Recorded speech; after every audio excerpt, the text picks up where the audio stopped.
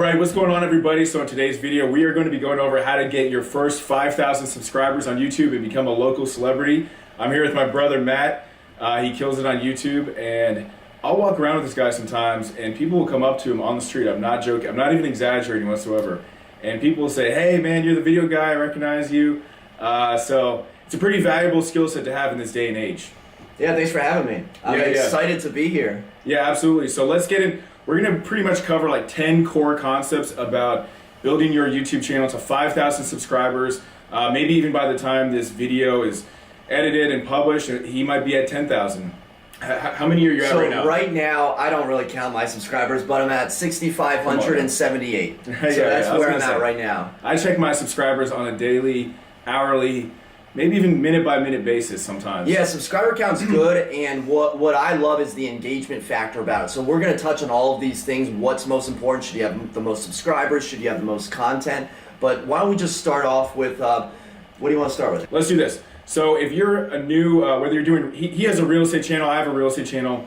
So whether you have a real estate channel or any type of channel, what would be the first advice for getting started? Like just putting content out there. Just do it. Absolutely just do it. So I've been doing videos for 4 years. I started in 2014. It hasn't taken off until literally like 6 months or maybe even a year ago. Now, what I know now, I could have taken off a lot quicker, but the biggest thing is consistency. So if you put out a video once a month and then like go the whole month without doing any other videos, YouTube is literally going to think your account is dead. They're going to think that you've just given up. Compare that to once a week, which is still a very long time. You want to be putting out videos consistently a couple times per week. That shows YouTube that you're engaged, you're producing videos, you're producing good content, and what's going to end up happening is YouTube is going to consistently rank your videos higher for those search terms that you're going for because it sees that you're consistently putting out videos. That's a great point. And as far as coming up with ideas for content, it's super easy. So in the real estate industry,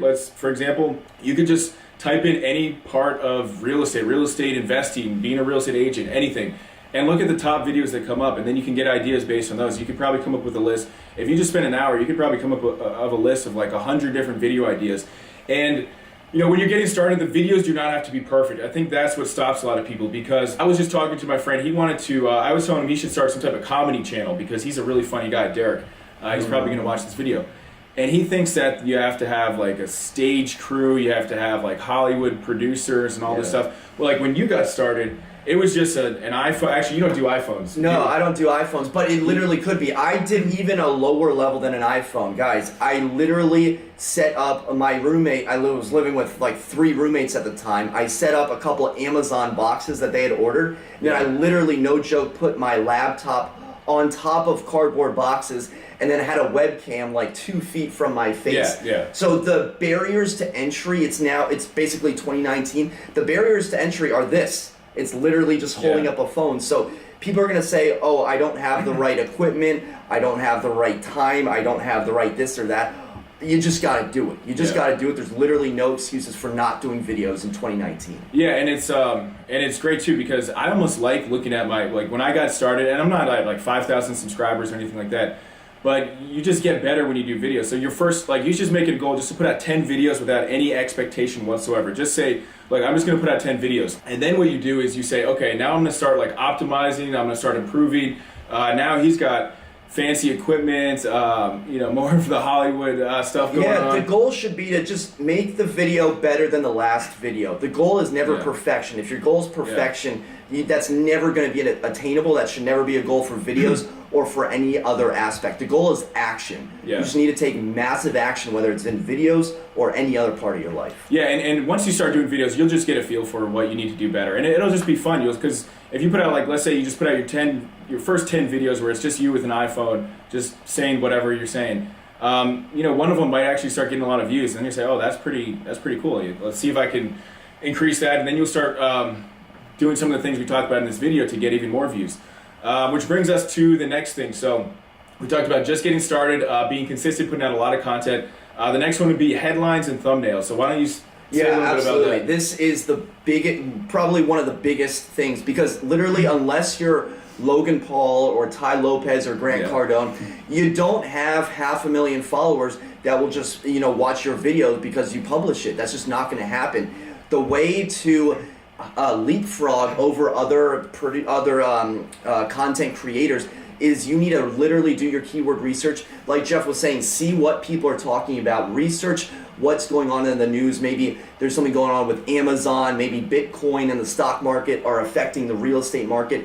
Keywords are key. You need to understand what people are searching for. Unless you have a massive audience, your channel will never grow. You're never going to get 5,000 subscribers unless you're optimizing your keywords. Yeah. As far as SEO, search engine optimization keywords, there's actually a lot of tools. Like, for example, once we started putting out videos, we didn't even know about search engine optimization that much. We had a general idea, but there's a lot of tools. We use a tool called vidIQ, which basically tells you exactly which keywords you need to include in your videos to get them ranked high. Because you want to know what people are searching. You know, you can just put out random videos if you want, but yeah, unless you have a huge following, no one's really going to care. So make sure you do keyword research.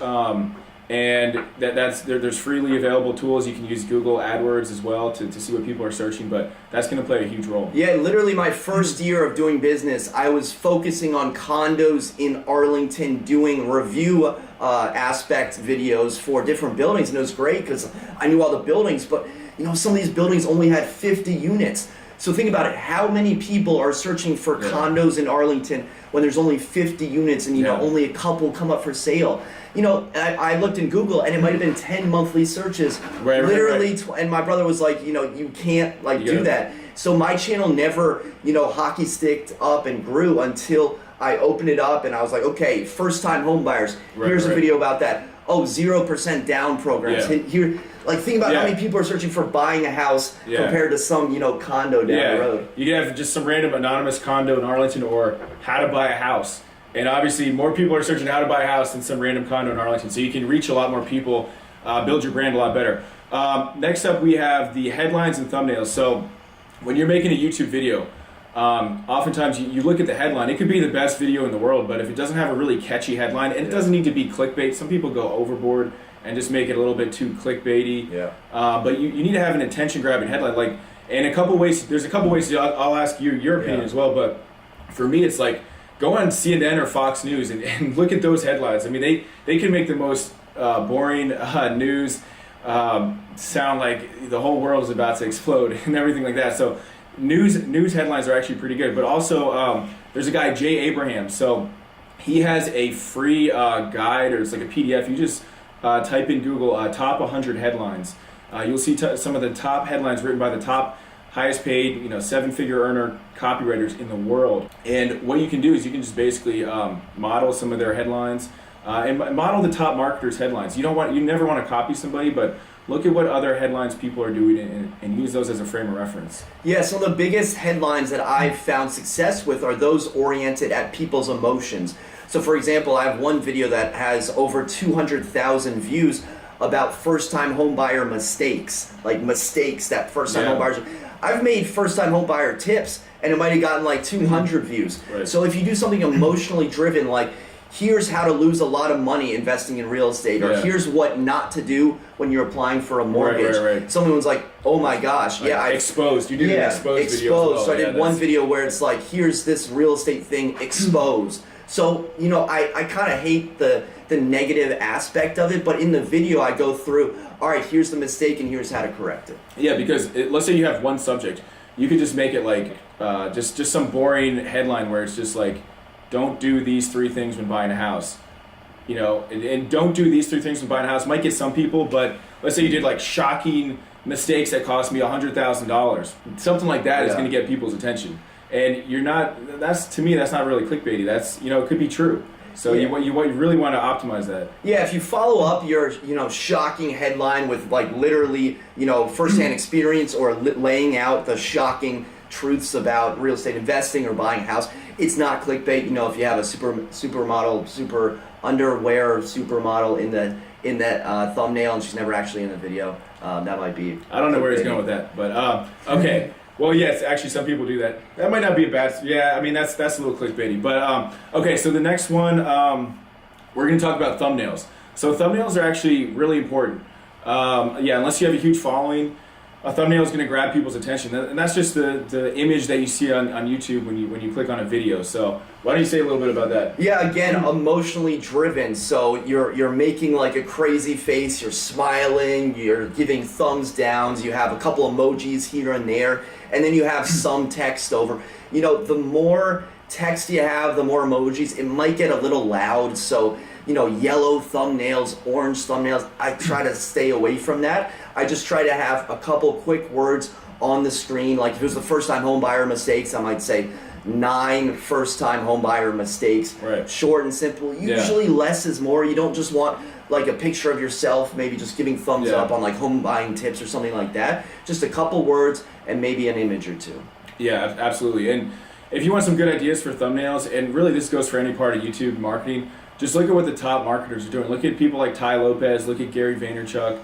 There's plenty of people that you might have not even heard of that might have like 100,000 followers. Look at their thumbnails to get ideas. And again, don't copy them, but you can easily hire people on places like Upwork, Fiverr.com, where they just tell them like, hey, here's a couple thumbnail images that I like. Make them look like that, and you know, it's really, you can get them done for like $5-10 really, and make them look super professional. Yeah, definitely. All right, so next up on the list of optimization, how to get 5,000 subscribers, you need to plan out your videos. Now, you don't need to make it like, I was never in theater or filmmaking or anything like that, so you don't need to go all out and make it like an entire movie, like second by second, but you need to have some type of basic outline, right? Yeah, so my goal is to write my script, to memorize my script, and then forget all about it. And what I mean by that is when you're watching this video, you should not know that I have a script. You should just think that I'm talking casually like we're just having a conversation at a coffee shop. The moment you see me, you know, my eyes are reading like I'm on a teleprompter or I'm just mechanical in my cadence, that's when you're like, oh, okay, I'm out. There's no connection here. So you want to have a script, you want to practice, but then when the camera turns on, it's just like in the movies. You don't want to know that there's actually a script. Yeah, and something I found useful was just doing an outline, and maybe you write the key concepts, right? And then you just have a couple stories of real life examples, and then some practical tips, and that's pretty much all you need to do. And what's great is if you stutter, if you miss your mark, if you don't say the right thing, awesome. Just hit record, stop the video, and then start again. So you don't have to, you know, don't be pressured to do it all in one take.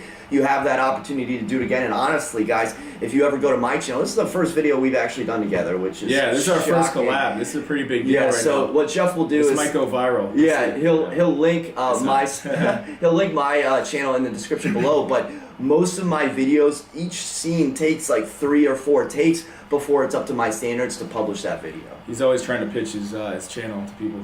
All the time. Okay.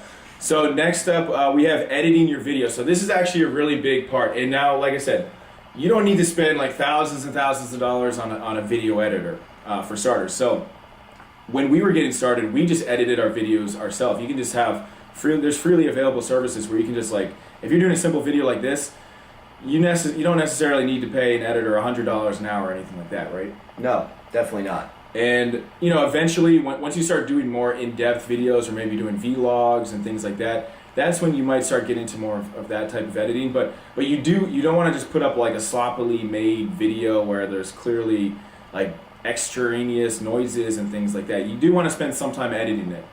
Yeah, I mean, people are going to click away from your video if it's shaky, right? If you get shaky hand, or if they can't hear, right? If the audio is choppy, or I've done a couple videos by the water and I didn't realize it at the time. Obviously, I should have, that there's wind coming off the water. So some guy literally commented like, next time don't do a video in a hurricane. So if they can't hear you... You get a lot of trolls. Yeah, I mean, you get a lot of trolls, but you get thick skin, right? It's a YouTube comment, who cares? Yeah. If they can't see you, if they can't hear you, if you get shaky hand, you want to make sure that the content is, the quality of the video is good. If it's not something that you would watch, don't publish it. Yeah, absolutely. And again, this is like, just optimize your videos with editing. It's not hard. Just spend, you know, there's plenty of video editing services on Upwork.com, and you can just do it yourself. So make sure you spend some time editing it. I like to do like 2 or 3 edits before I actually publish it. It may not look like that because some of my videos are pretty simple, but we do a couple rounds of editing usually. Definitely. My biggest thing is you can choose to edit it yourself. So I edit my own videos. It can be time intensive. You can choose to outsource it, but whatever you choose to do, think about when you shot the video and when you actually publish the video, because that timeline needs to be as little as possible. You want to I used to shoot a video on Thursday, and then Sunday I would edit it, and like Tuesday it was almost like a week before. Why did I add in all that time? You should want to shoot a video, edit it, and publish it as soon as possible. Yeah. Okay, so next up, this sounds pretty obvious, but some people don't really do it. You need to create good videos. And what I mean by creating good videos, look, and this is kind of like with SEO and other stuff, like look to see what type of videos get a lot of views before you start making videos. So for example, we're very strategic about the types of videos we produce. So like for example, a day in the life videos, no matter if you're real estate or anything, a day in the life videos do really well. That's a free tip, great tip right there. Whatever industry you're in, just do a day in the life. That video will get a lot of views. And there's tons of other examples like that. If you spend an hour on YouTube just looking in your industry to see what types of videos get like millions of views or hundreds of thousands of views, you'll start to get great ideas, and then you can make really good quality videos. You can just, like for example, I took a video, how much do real estate investors make? That's a pretty good video that I have that gets a lot of interaction, a lot of people like it.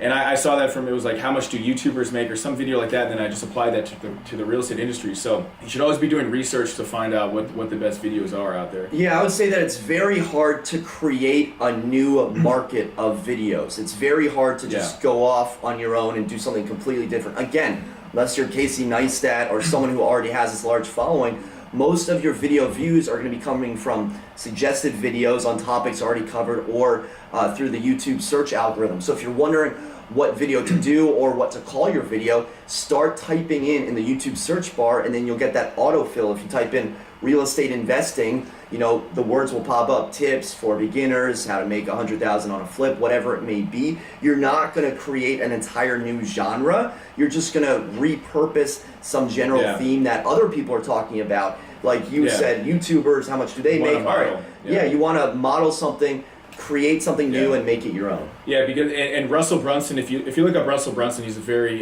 savvy marketer, probably one of the most famous marketers maybe of all time. And he says you never want to be the pioneer. The pioneer is the guy with the arrows in his back, because he just went off and did his own thing. And maybe sometimes being the pioneer can work, but a much higher likelihood of success is just following what works already. Don't try to reinvent the wheel. Definitely. Okay, so next tip, you want to try out a lot of different types of videos. And what I mean by that is, so we're doing this video now in this office. It's somewhat professional. These are good videos. These are helpful videos. You should also do videos though where maybe you're out looking at properties. Maybe there's types of videos where you're doing interviews on Zoom cameras, or there's a variety of types of videos. The vlogs, the interviews, just basic tips. Maybe you're just driving in your car doing videos. Maybe be careful about that, obviously. But you want to do different types of videos, as opposed to just you don't always want to just do one style video, because you never know which type of video might take off.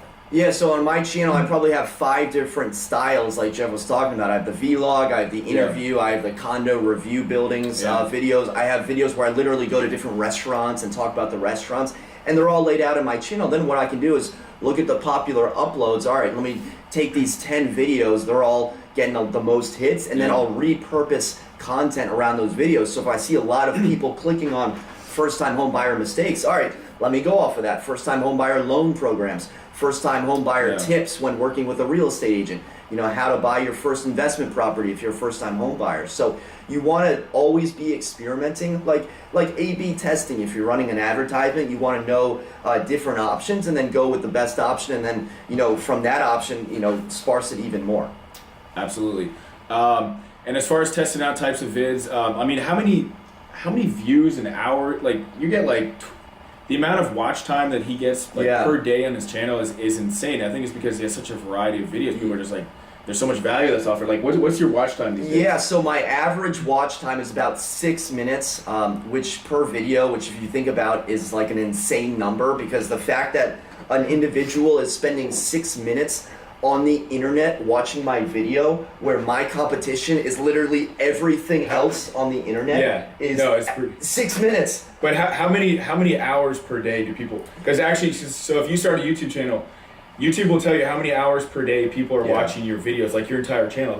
Me, I get I actually get a pretty decent amount. It's like 8 hours a day or something crazy like that. What's Yeah. I mean, yours? Maybe it's not 8 hours a day. I need to double check that. But what is yours? Do you know? Yeah. So it's more than 8 hours. I want to say I don't have the numbers off the top of my head, but I think I get around 2,000 like views per day. Maybe 60,000 in a 28-day period. My watch time, I'm not sure, but I know I've gone. Like it's well over a day. Like it's well over a day per day. Per day, yeah. So that's so many people watching. Yeah, like it's ridiculous. It's awesome. I'm telling you, he's a local celebrity. Okay, so next up, and this is not the first 8 things that we talked about are much more important, but this is also important. You want to interact and collaborate with people. So when you get comments, maybe like for example, we're doing a collaboration right now with his channel, my channel. Hopefully, I can get some more views just from his viewers and whatnot.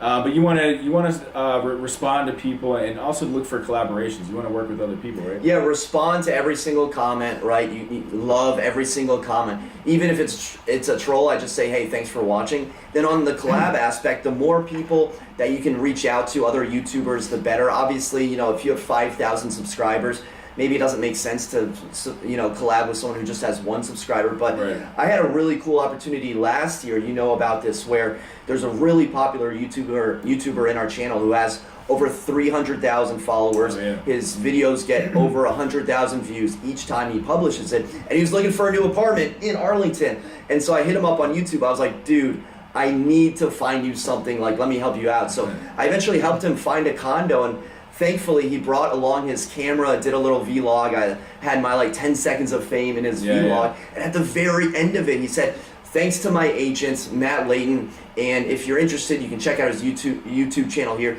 I got 100 subscribers that day just from that video. So when YouTube sees that link of my channel in his channel, what is YouTube going to think? They're going to think, okay, wow, maybe this guy belongs a lot higher in our search rankings. So from there, that collab really helped me in the algorithm for YouTube. Yeah, you're doing a lot more collaborations this year too, right? Yeah, I think collaborations are great with other YouTubers, with bringing other personalities, and it's all about experimenting. And the more people you can reach out to, the more connections you can make, the better. Yeah, and interviews are great too because you share it with 2 audiences as opposed to just 1. And actually something I wanted to say about haters and trolls. So what you need to realize, you can be the best content person of all time, but you're always going to get trolls. And a good way to look at it, if you're successful, you're going to have trolls. That's how you know you're successful. You have a lot of trolls and people commenting. So I get I don't have anywhere near I don't even know about the trolls you get, but I get trolls all the time, and I think it's kind of funny. I don't even. I mean, it's I'm like, wow, people are seeing my stuff. I mean, if you're out there and if you're producing good content, you're going to have trolls. And I heard something on the radio the other day, and it was someone talking about Colin Cowherd, the sports radio guy. I don't really listen to him that much, but what he was saying was during his shows on ESPN, First Take, or whatever show, he doesn't go on Twitter during the show because he doesn't want 4 people to tell him that he's an idiot or it's a bad topic, because he's so confident in what he's talking about. He doesn't want 3 people to tell him that he's wrong or that he's dumb. So you need to be so confident about what you're talking about, where if you get a troll, good. They watched your video and they commented, they engaged. That means that your video is going to rank even higher. Yeah, so we're actually going to do a video at some point where we read mean YouTube comments, right? Oh yeah, that would be a good one. I got 50. So you got 50? I have many. Man, I got to catch up. I have many. I got a few. Okay, so just wrapping up this video, we are almost done, and we'll actually write out the 10 tips in the link below so that you have them readily available. But the last one is going to marketing seminars and different things like that, because. And we try to go to as many marketing seminars as possible. You just get good ideas. You can do interviews with people. And, even if you, a lot of people think marketing seminars and things like that are a scam. They're like, why would we pay $2,000 for a weekend? These people are just hype. But the way I see it, I mean, first of all, it's a tax write-off, and you're investing in yourself. To tell it, people that think they're above learning or coaching or getting any type of further information, that's pretty arrogant to think that you can't learn one thing from a marketing expert. You know what I mean? Yeah, because at these seminars, and Jeff and I, we went to, we're going to one in February coming up in Miami, lots of big names there.